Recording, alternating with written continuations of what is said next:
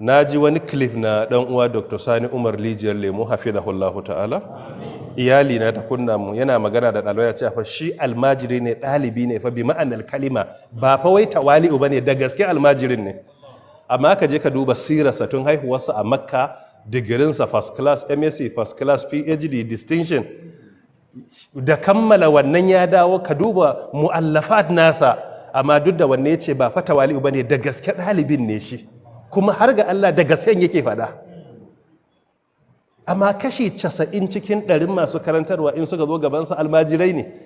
Amma wani wanda a majalisin ilimi ma idan ya zo bai kai ya zo kusa da kusa ya ja baki a fassara ba, in ya ritsa wasu a anguwa sai a daga akar makalla ya shek sai daga na'am.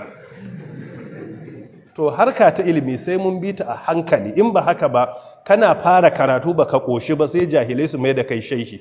Shi yasa da dama masu tashi da karatun addini, wani bai yi karatun shekara 20 ba ma a rayuwa, amma ba zai iya zuwa ko ina ya ji wa'azi ba, ba zai iya zuwa kowane majalisi ya koya ba, wai kada ya je gaban manyan malamai a ce shi ma almajiri ne.